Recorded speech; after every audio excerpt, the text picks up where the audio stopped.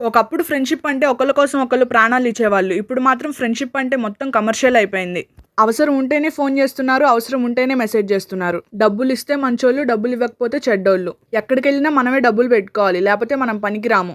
ఫ్రెండే కదా అని నమ్మి వేరే మనిషి గురించి ఒక ముక్క ఏమైనా చెప్పామనుకో, వెంటనే వెళ్లి వాళ్ళ చెవిలో ఊదేస్తారు. ఇంకక్కడ ఫ్రెండ్‌షిప్ ఏముంది? నమ్మకం ఏముంది? దానికి నువ్వు ఫ్రెండ్‌షిప్ అని పేరు పెట్టుకొని నువ్వు చేసేది మోసమే కదా!